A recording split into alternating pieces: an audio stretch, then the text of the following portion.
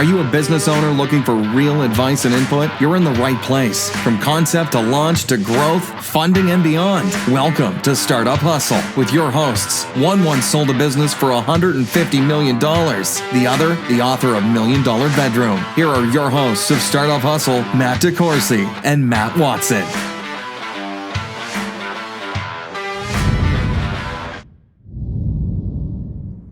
And we're back. Another episode of Startup Hustle. Matt DeCoursey here with Matt Watson. Hi, Matt. What's going on?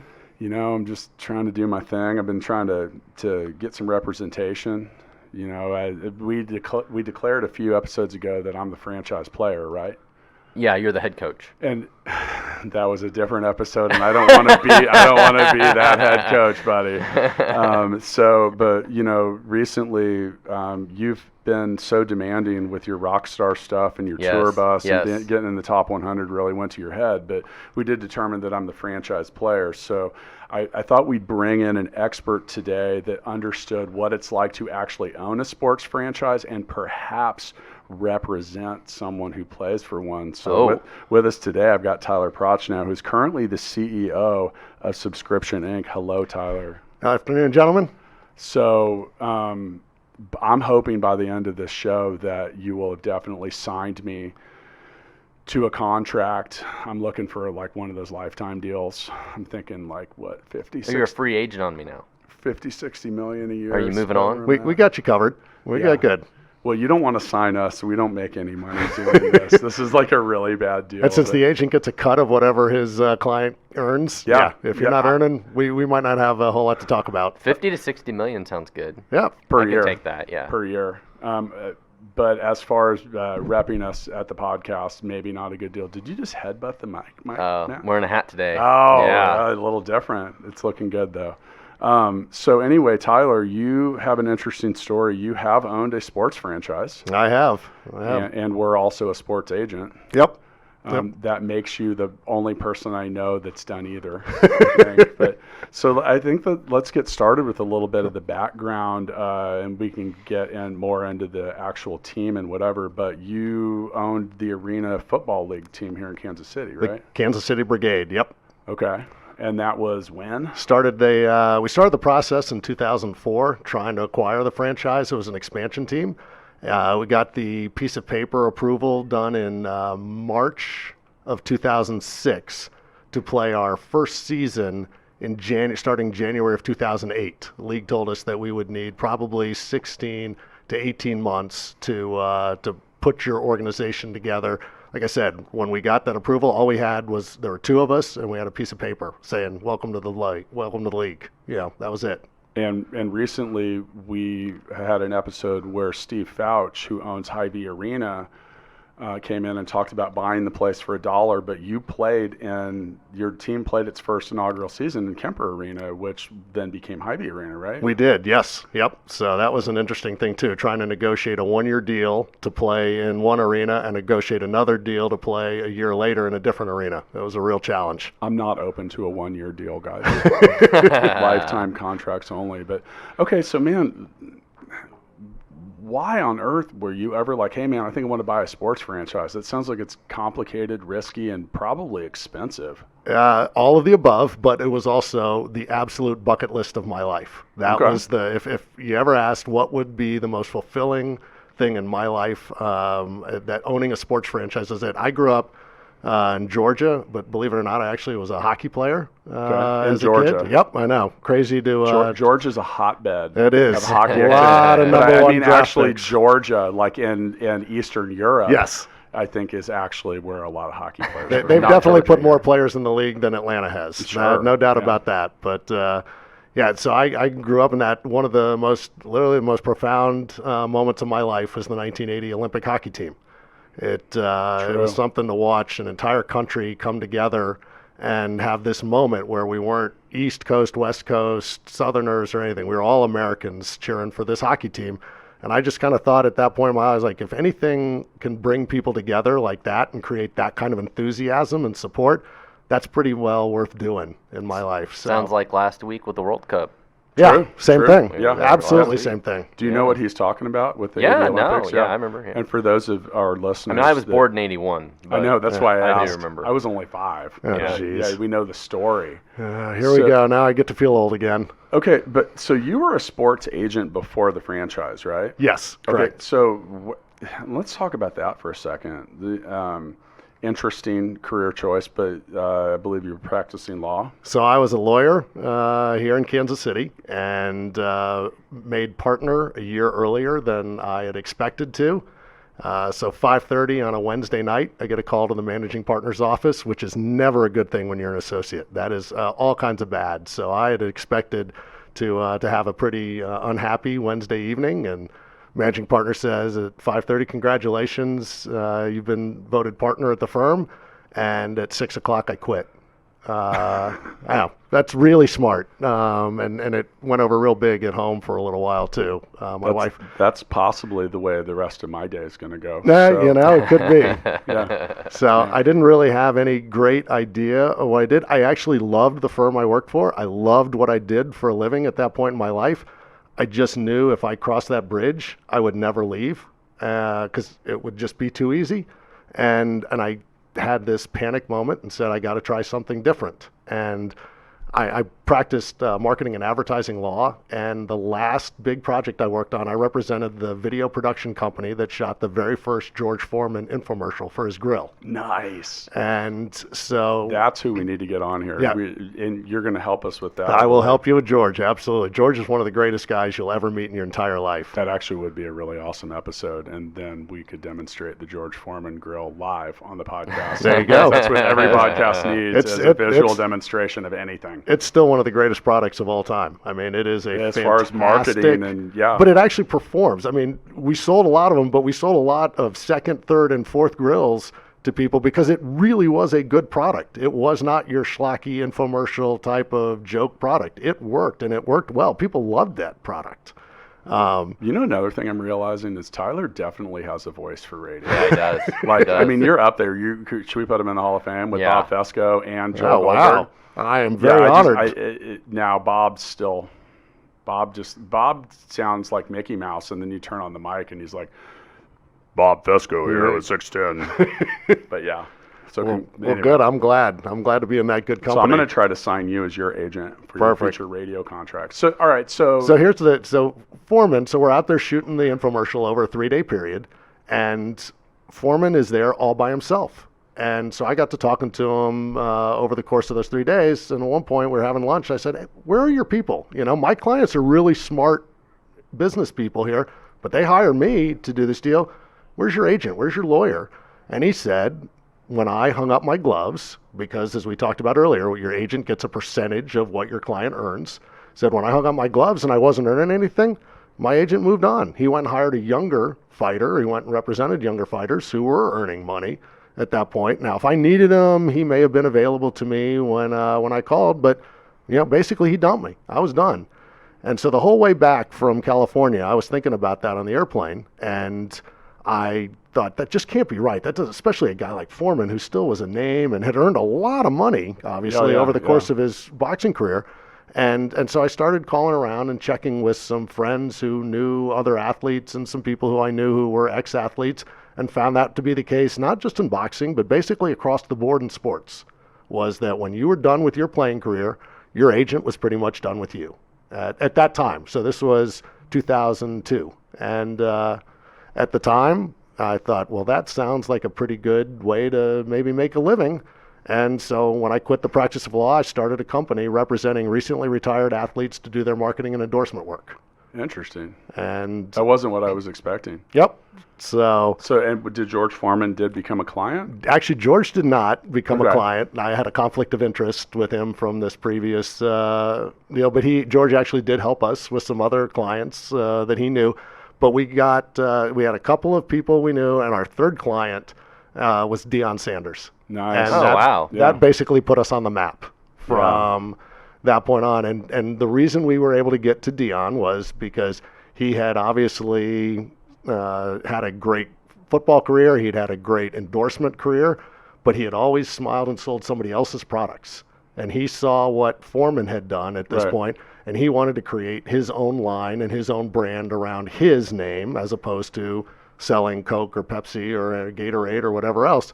And so we created a line of primetime products for Deion that we sold in retail, infomercial, anywhere, online. Those were the early days of internet commerce. So anywhere we could sell a product with his name attached to it, we did it. And it took off and exploded. And so once we got Deion as a client, we had the answer to who else do you represent? And off it went. We went from 0 to 60 clients in about 9 months. Wow. That's pretty big. Yeah. So that's got to be kind of challenging, and we don't have to spend too much time on it. But so recently we've had Chris from the Sports Athlete Network. What is that? I probably messed that up, but we're talking about that they help former college athletes do a lot of that, because what do you do now? And like there's a lot of value that you have sometimes within like niche circles. Like my dad's like a huge Notre Dame football fan, and most of these dudes aren't in the NFL, but they're still huge and hugely known in their little circles. So that's pretty interesting. So clearly you don't still do that now, do you? We do not. So in the course of that business, we had a client who was so we had all these ex-players, and we were getting them just as they were retiring. And they would all say, all right, you guys are doing a great job for me. Hey, I've got a buddy who's still in the league. So I went and got my NFL Players Association agent's license, and then ended up representing players in the league on top of just doing the marketing and endorsement stuff. We had a player who was in the league who was very sharp and had always, it's the exception, not the rule, unfortunately, but he took care of his money, did not spend every nickel he got from his playing contract, and was always worried about what he was going to do once he retired. And as he was retiring, he got an opportunity to invest in the Arena Football League team in Orlando, Florida, which is where he was from. And so he just asked us to do due diligence for him and decide whether it was a good idea. Was this something that made sense for him to do once he hung up his cleats?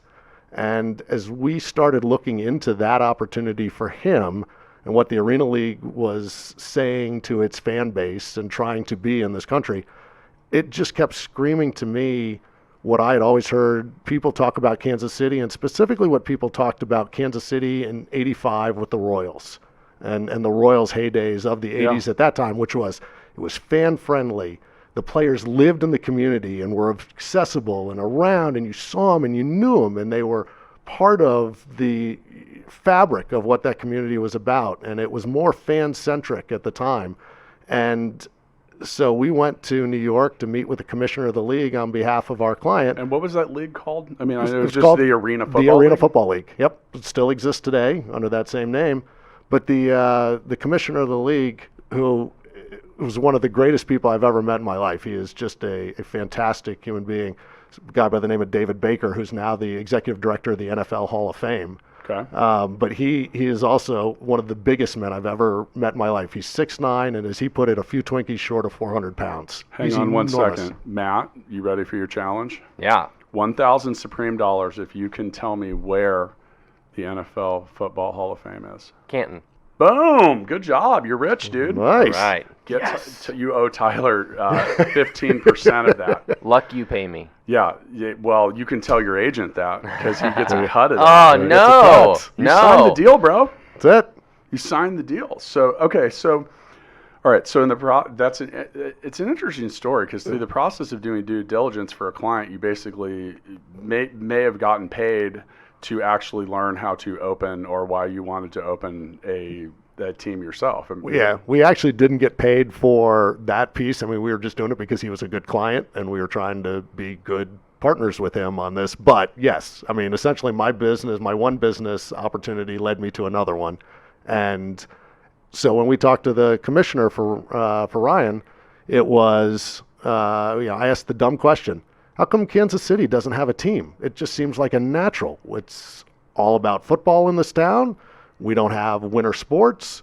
We have a new arena that's about to be built in downtown. So that was the year before the Sprint Center, Matt. Yeah. Yep. And so it just seemed like a natural fit to me.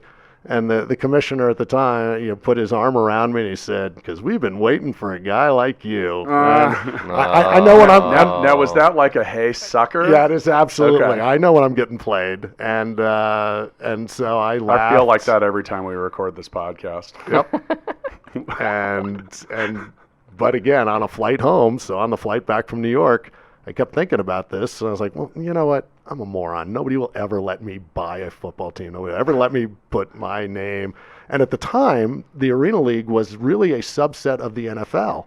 So Jerry Jones, who owns the Dallas Cowboys, owned the Dallas team in it. Arthur Blank, who is the founder of Home Depot, owned the Falcons, right, and he owned the Atlanta Arena football franchise. John Bon Jovi owned the Philadelphia franchise. True. John Elway owned the Denver franchise. Boo. I mean, it was all these pretty impressive, very smart people. And I'm thinking, well, I could do worse than spending some time around people like this. Or it's a lot of people that had money to lose. Well, that too.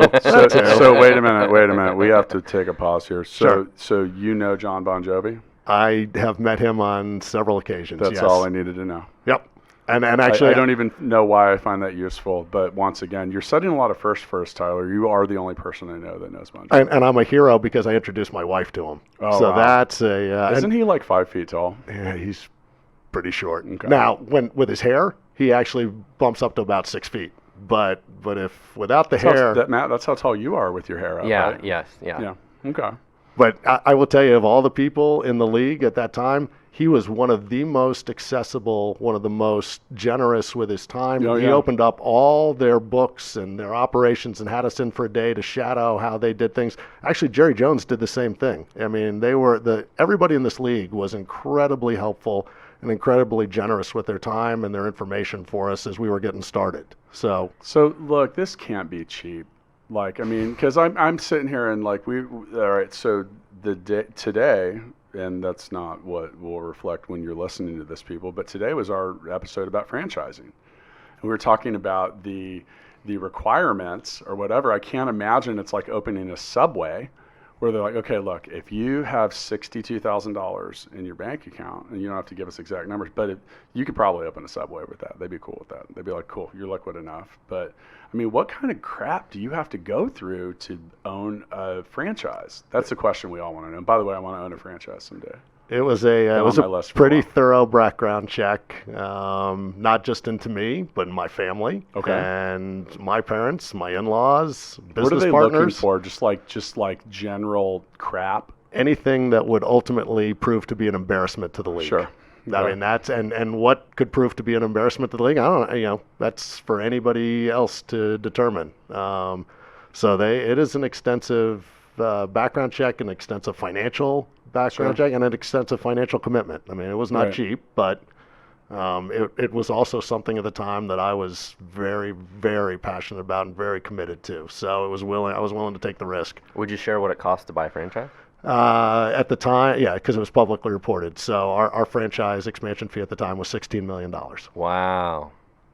Whew. I mean, you got to do what you got to do, man. Yeah. I mean. So did you have to line up some investors and stuff to help do that? Yep. Okay. So we had some investors. We needed them on top of it, but it was more important to have partners in the community and others who had a similar evangelical bent to tell their friends to support us, to buy tickets, to be corporate sponsors. Were the Hunts part of it at all? So we went and talked to the Hunts. I went to talk to the Hunts before we ever made a commitment to try to do this, because obviously they could crush us in a second if they wanted to do it. We were going to be out, and we asked them, look, this is something we are trying to go forward with. Do you have plans to do this? Is it something? And we basically asked permission, and they said it was not on their radar screen at the time.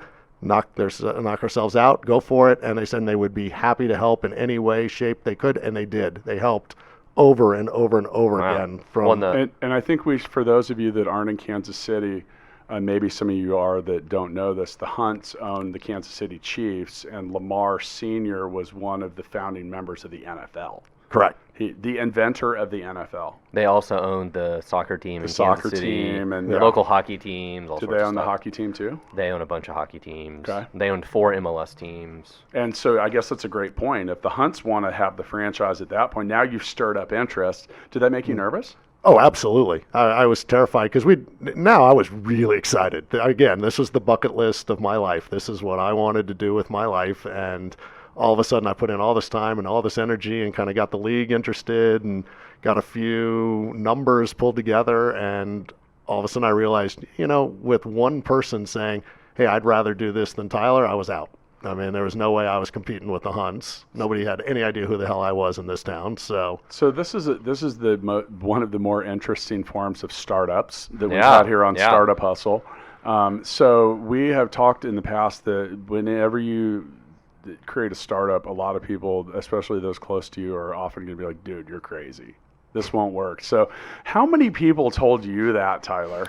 Is there a list? The list is so long it doesn't even, you couldn't fit it on a piece of paper. Everybody told us we were insane, both because we were trying to create, as you said, kind of a second tier sport, which is a challenge from a business perspective, any given, anywhere. And then also because we were competing against the NFL, and also because at the time I was 39 years old and nobody had any idea who I was, and why in the world would anybody pay any money to buy a ticket to something that I was putting on? So were you you mentioned you were from Atlanta or Georgia and the USA version, but were you living in Kansas City, or did you move here with the team? I was living in Kansas City at the time. I moved here in 1997 with my wife, who is a Kansas City native. That's how we ended up here. Okay. So, all right. So now everyone's telling you you're crazy. They're probably saying, dude, you're going to go broke. This isn't going to work, blah, blah, blah. That's not what happened. And actually the things they were telling you, that ended up being the second most crazy part of the whole process. Wait, there's more? The crazy part of it really gets interesting. So, as I mentioned, we got this in March of 2006. In August of 2006, again, now we're at this point 16 months from playing our first game. Again, still just two of us in an office with a piece of paper. Had no coaches, had no players, had no names, had no nothing. Hurricane Katrina hits New Orleans that August, and the New Orleans team, their arena is damaged. Superdome, yeah. Well, they actually played in the basketball arena, which I can't even remember what it was called back then. It's had like 100 names. It's had 100 even sponsors. Been like the Smoothie King. I think it's the Smoothie King right now. Still, good call. Yeah, excellent.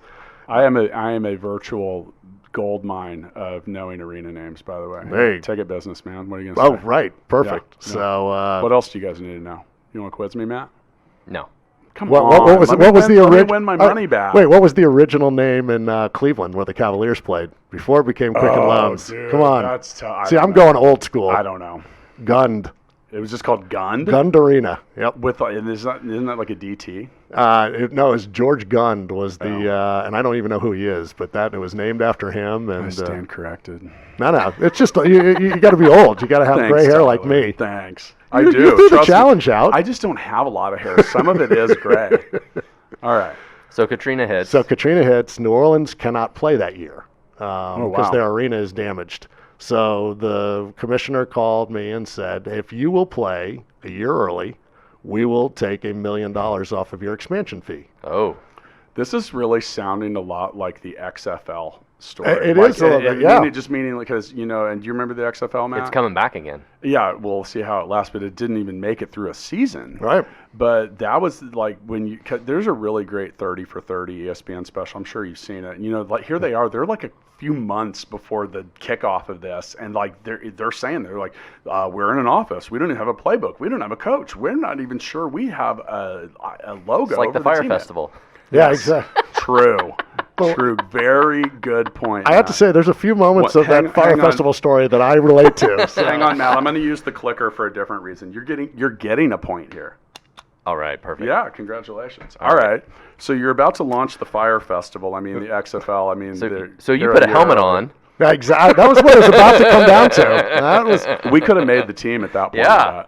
And if you thought people told us we were stupid, that we could even pull this off in any way, shape, or form, you should have seen the number of people that came out to tell us how stupid we could do this in 5 months. And so, but we were right. We were too stupid, and we were too stupid to know we couldn't do it. So we just did it. And I will go to my grave. I can't imagine that I will ever have I've been involved in a lot of companies where I will ever have a better group of people and a better team than that first year front office that we put together for the brigade. I can never say thank you enough to the people that worked in the front office for us for that year, because everybody had a title, but there was no such thing as a job responsibility. There is a specific Startup Hustle alumnus that worked for you back then. Really? Isn't that what you told me earlier? Yes, sorry, forgot. Can you guess who that was? No idea. Would you like to answer? Yeah, you go ahead. You tell him. It was Blake Miller. Oh. Yeah. Wow. Yeah, and Blake was 19? He was 19. Yeah. I asked him, I had him drop out of college. I had to go talk to his parents and tell him I would swear he will go back. I will make sure he goes back. I'll even help with some of the tuition if you'll let him take, this year off. Did he go back? He did. Yep. Okay. Oh no, he's a graduate. I never did. Yep. No, he's a graduate, and and his parents still talk to me. So I figure I'm good. All right. But so all right. So with 5 months, and that clock has got to be ticking loud at that point. So now what's going on, man? I didn't realize there was like a super twist on this story. Yep. So we hired a coach. Who was the coach? The coach was Kevin Porter, who was a former All-Pro safety from the Chiefs back in the day, who had actually been the defensive coordinator for a team in the AFL before, so he had a history in that, was a great coach, but also was a great player coach. So he was able to go out and start recruiting players. Now, meanwhile, we've missed the entire free agency period for that year, which is earlier in the spring. Did they have a draft? No draft. So it's just like they're out there, you sign them. And at this point, everybody had already had their roster set. Everybody signed everybody. So we were stuck with whatever was left over that nobody else in the league wanted. And that's just what Kansas City needed at any given time, another team that had a bunch of players that no one else wanted. Sorry, Royals. Yeah. That happened. All right. But Kevin did an amazing job of pulling people that were extremely talented. So on our first roster, we had 24 players on the roster. We had 3 guys with Super Bowl rings. Wow. 24 people on the whole entire team? The whole entire team, because arena football was two-way players. Okay. So you played offense and defense. 7 on 7? Yes. Okay. Yeah, 7 on 7. Think about that for a second. It's still not bad. Okay, so at the time, what did an average arena football player get paid? I don't think it was a whole lot. No. The average. These guys had like other jobs and stuff, right? Okay. Our highest paid player made $125,000 a year, and the league minimum at the time, if I remember correctly, was somewhere in the low 20s. Wow. And that was an 8-game season? And that was a 16-game season, 8 home games. Oh, so same as the NFL in terms of number of games. No preseason games, but who was the highest paid player? Andy Kelly was our quarterback. Yeah. And had set all kinds of records at the University of Tennessee before Peyton Manning came along. Was a arena football league legend at that point. And So going back to this, because, all right, so now you put together this team of players, and, we haven't even talked about, like, you got to sell some tickets. You got to, was this in the news? Like, was the local media, like, all over this, like, either good, bad, or ugly? The local media was incredibly supportive. They did cover it a lot, which helped tremendously. Sure. And I'll tell you, the one thing that I look back on and say was a benefit to doing it in the short run the way we did, there weren't many, but one of them was there was a sense of urgency even in the marketplace. So, it wasn't, hey, we've got this new team, and 18 months from now, somebody might call you to buy a ticket. Right. It was, hey, we got this new team, and call tomorrow to get tickets. And so it was new, it was exciting, and there was a call to action. As in any other business, There's a call to action to be a part of it, and now people jumped on it. That worked out pretty well, because what happened next? What happened next was we sold a lot of tickets. So our first year in this, you're too stupid to ever pull this off. There's no way anybody could ever put a team and an organization together in the amount of time that you have. We ended up that year number 2 in ticket sales in the entire league. Wow. Number 2 in overall revenue. We were not good on the field, but we did all this with a 3-13 record. Still had the only game we did not sell out, and this is, every business is a learning experience. This one was no different. We got talked into playing a nationally televised game. Every week NBC had one game on Sunday afternoons, nationally televised. And they said, hey, great, here's your date for a home game, nationally televised. We were so excited. We couldn't imagine that we were going to get Kemper Arena and our team on national television. Turns out we agreed to do it on Easter Sunday. So that game was a little bit sparse in attendance. But otherwise, people in Kansas City came out and supported us. And the one lesson that I learned from this that has taken me in every other business venture I've ever been involved in was especially sports fans are not shy about telling you what they want and what they value and what's important to them and what makes the experience better. You can't base a sports team on wins and losses because that's just out of your control. You can put the best team on the field, but injuries cause it, bad calls, mistakes, whatever it is, you can lose games that you're not supposed to. The Yankees don't win every year, even though they pay the most for their players. Wins and losses can't be the determining factor in your business model. You have to create an experience for the fan, just like... It's got to be entertaining. Right, just like you create an experience for any other business and any other customer. And if you listen to your customers, and especially in the sports world, if you listen to your fans, they'll tell you exactly what they want and exactly what's important to them and exactly what makes them open up their wallet, buy a ticket, and come out and support your team. And so we just listened. When we talked to season ticket holders who weren't just selling tickets, say, all right, and what is it about arena football that's making you call us today and buy a ticket? What is it that you want to see? What did they like? I'm curious. A lot of it was back to that kind of code and the background of the whole league that I thought resonated in Kansas City in the first place. It was that the players were accessible. You're right there on top of the action. In arena football, you have that's a good point. You have a player really right next to you. Yeah. Right. You have a player. You have a fan in the front row on the wall, and the player will come over the wall, land in your lap. It's like being at an NBA game with that, but hitting and a lot of contact. So you got up close and personal with the players both during the game. You're a lot closer to them. And then we have mandatory autograph sessions after the game. So we do that at the podcast too. Oh, good. I got my pen out, my Sharpie today, so I'm good. Now so the players could go to the locker room for half an hour, and after a half an hour they'd come out, and every fan, they would stand there and sign autographs. The players, the cheerleaders, the coaches, everybody would sign autographs until the last fan left the building. That's cool. That's great. So the league had made its commitment. And that'll build a connection with your fan base and your players, and especially because as people bringing kids to the game and stuff like that. Yep. So okay, so that's year one, and then you guys moved to a new venue the following year when the Sprint Center opened. And once again, for those of you not listening in Kansas City, the Sprint Center is Kansas City's indoor. It holds 20,000 people depending on what you're wanting to see, and it's a great facility. It was new, and what was that? 2007, 2008. So it opened. The Sprint Center opened in 2007. We were in 2008. So you had to wait for Garth Brooks to do 700 consecutive shows. 9. Yeah. 9. Was it 9 or was it more? That was 9. It was a lot. It was a lot. It was a lot. So, and then now, did that present different challenges, or were people also excited about the new arena and the team? It was both. It was new opportunities. We had a lot of people who weren't really interested maybe in going to see a game at Kemper, and we gave priority to Sprint Center seats for people who had bought tickets at Kemper. So it helped our ability to build the business and build the brand and build our season friends. Tickets. Yep, exactly. So it was great there, but it also it was a brand new building, a whole new seating chart. So somebody who really liked their seats at Kemper, I like where I am vis-a-vis where the field and the action is. We'll get you as close as possible, but it's a different building, so I can't guarantee you're going to have the same sight line, the same access to concessions, to bathrooms, whatever else.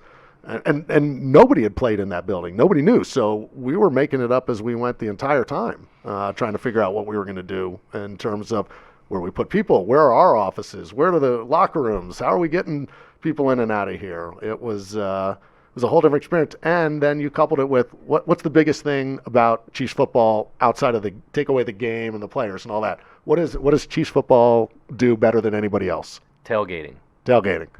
We had a great opportunity to tailgate at Kemper.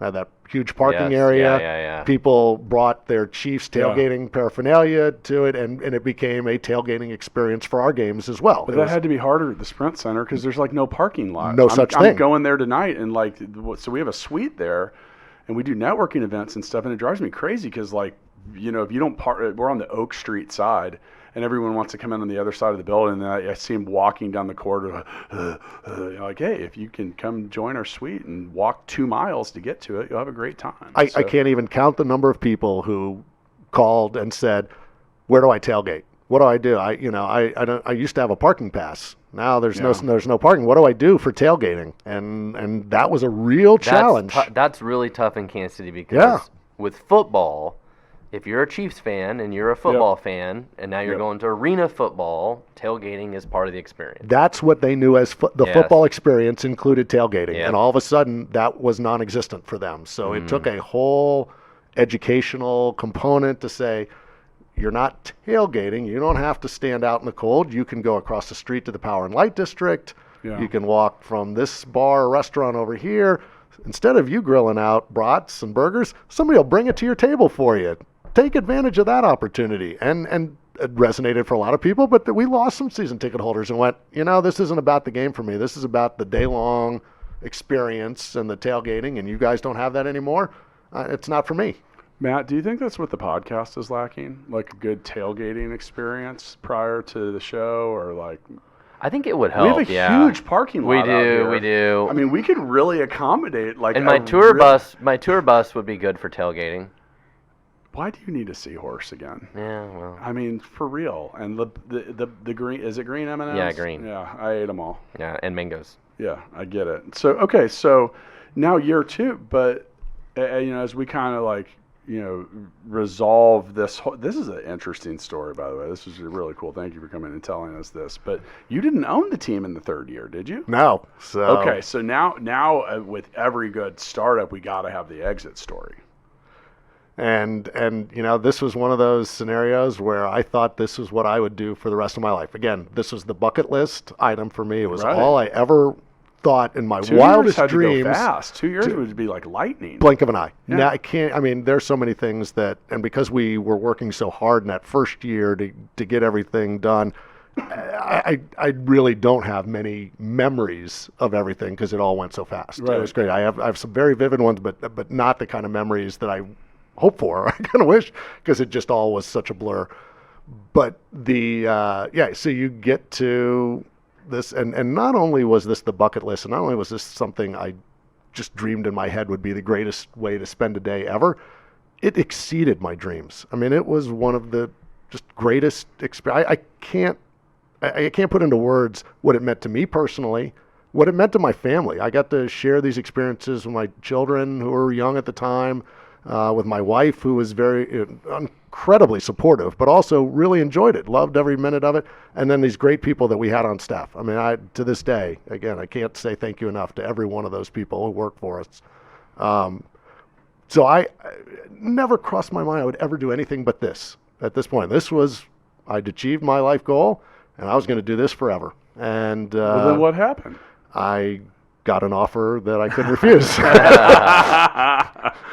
There was a moment where I thought, well, maybe there are other things that I want to do with my life. But I'm sensing some regret, though. Like, I mean, I'm feeling it a little bit. Like, were you picking up on that? Yeah. Like, I was kind of like, man, it doesn't really sound. He sold his baby. Well, it is, and listen, there is not a day that I don't thank God that I sold the team at that time, because it allowed me to do some things in my life that I probably never would have imagined I could do, and it gave me an opportunity to spend a lot of time with my children growing up, which I'm forever grateful. No amount of football or team or anything could ever replace the amount of time I got to spend with my children for that. So here you are, you own the team, you're in the second year, and then, I mean, is that how it went? Like, one day the phone rings, and it's like, hey, man, I think I want to buy your football team. And 60 days later, I had nothing to do with it at all. That fast. That's fast. So who did you sell the team to? Local businessman who had been is a gentleman by the name of Chris Likens, who ended up, he also owned the indoor soccer team here for a while. The Comets? Yes, and then owned the women's soccer team that was here for a while too. FC Kansas City. Yeah. Yep. So they were a family that was very involved in sports. So now none of those teams, are the Comets still here? Did they came back? They left and came back. By the way, going to Comets games when I was a kid at Kemper Arena was a huge deal. And he bought it when it came back. So he brought the second version back here, and I think he sold.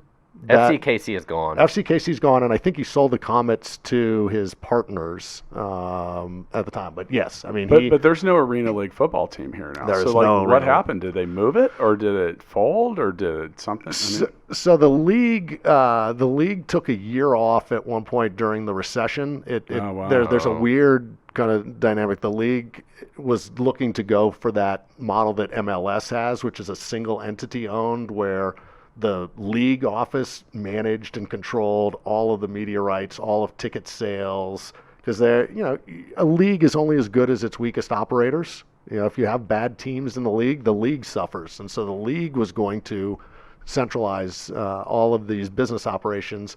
And they had a deal to sell a portion of the league to a private equity group who was going to give them the funds to do all this, and then the recession hits, that was 2008. Yep. So this was in 2009. Taking a year off on your league is probably not good for business. Not a good thing. Nope. And so when it came back, it was a different version of the league. Some of the NFL owners decided not to come back into the league. So your exit was actually well timed. You can't even imagine. Yeah, no doubt. There is, I can't only imagine what that year where the league wasn't even open would have felt like if you owned it. Like, that would have been gut wrenching. Yeah. Like, I mean, I'm sure that this, like you said, selling your baby or whatever is like, I mean, but here's the thing is, checks with commas on them kind of, I always say money's a soft pillow. It'll help you sleep at night or something, I mean, so you can get over some things, but okay. So now there's no team in Kansas City.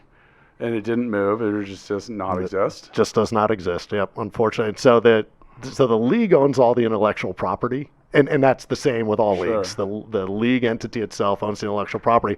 So our name was the Brigade. Our logo was the Stealth Bomber from Whiteman, and now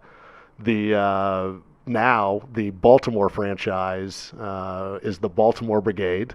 So they repurposed the name, and it's not the Stealth Bomber anymore, but it's another plane logo. Looks maybe a UFO. Yeah, so it's there is still a remnant out there of our team that we can cling to a little bit, but nope, not the same.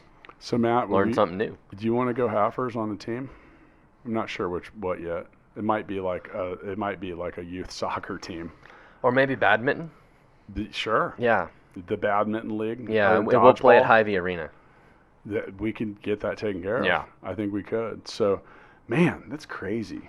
I wasn't expecting all of that. That's like a lot of ups and downs. We always talk about the ups and downs of entrepreneurship, but wow. And you lucked out. I mean, that's the craziest part. No doubt about it. There's no doubt about it. Yeah, that's timing is important in everything you do, but especially in business. You're timing for seeing the opportunities, and you're timing for getting out. And sometimes you don't know that you did something brilliant until and maybe you didn't do it on purpose. But I will tell you, when I was out, I absolutely, in my heart and my soul and my head, believed that the Arena Football League's best days were ahead of it. I mean, I truly believed that I had sold and probably sold too early, and I did what was right. We don't have to get into the specifics, but I'm assuming you made money off of the sale, and so did your partners as well. We did okay. Yeah, sure. So yeah. I mean. Well, man, I learned a lot today. I learned that we need to definitely get some tailgating going on before the podcast. I feel like we get a bigger attendance. I want to give you that $60 million contract. You're going to give it to me? Yeah, but as soon as you sign it, you have to quit. Okay. I'm in, man. I stated earlier that I didn't want a 1-year contract. You give me a $60 million 1-year contract, I'll take it and I'll quit at the same time. And I'll pay Tyler his agent fee. All right, so here's Fuck it, I'll pay you guys both a fee. Here's the great thing that people maybe don't understand about the sports world too. What do you think an agent makes for representing an athlete in contract negotiations? What percentage? 4 to 8%. Yeah, I was going to say 5 to 7%. Okay, so NFL is capped at 3%. Okay. And most of the other leagues are capped at 4%. Sure. When I was in NFL, when I was an active agent, and so when you asked before about the agent business, so when I bought the team, the NFL Players Association was also the union for the AFL Players Association. So I had a conflict of interest because I could potentially represent players that I also was going to hire for my team. So I had to give up my agent's license, and I sold the representation business too. But when I had my agent's license, there were 1,400 licensed NFL agents at the time. To keep your license, you have to have just one player in the league. At the time, only 300 agents had an active player in the NFL at that time. So there's 1,100 agents out there who are paying their fee to the NFL Players Association to keep their license, who are begging for one client, just one player who play in the league. So capped at 3%, there's 1,100 guys out there telling those players, I'll do it for 2%. I'll do it for 1%. I'll do it for 0.5%. I just have to have that one player. So the cutthroat nature of that business is unbelievable. It is an incredible learning experience for anybody who wants to go into negotiation, client development. How do you build rapport? Because you're not just selling a customer. You got to sell your client, the player himself or herself. We actually represented a fair number of female athletes at the time too. But you're getting most of these kids coming right out of college. So who you got to sell when they're coming right out of college? Mom and dad. Mom and dad. Yeah. And most important, who's the most important? Probably mom. Mom. Yeah. You better be damn good with mom.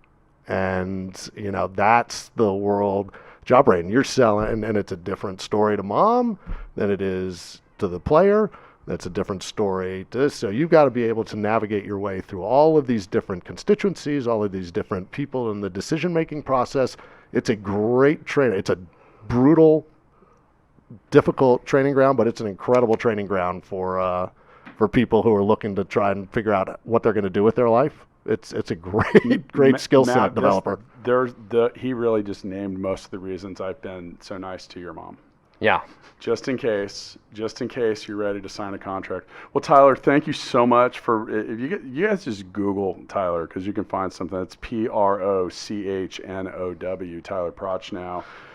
His current company is Subscription Inc. And there's all kinds of information out there. Man, thank you so much for coming in and talking with us about this. I'm gonna probably have a lot of questions when we purchase do we decide on badminton? Yeah, we'll go with badminton. So we're going to use all the Supreme money to start the league. Matt, here's the thing. We have 3 weeks until opening day. We have to do this stuff faster than he did. We can play. We're going to play badminton? Yeah, we can play. I've already sold the whole arena out. So now I did also use the company card to buy it. So I'm hoping that StubHub is going to get that listing up pretty soon. So, yeah. Well, anyway, see you guys next time. If you want to check us out, you can visit us on Instagram at Startup Hustle Podcast. See you guys next time. Thank you. Thanks, guys.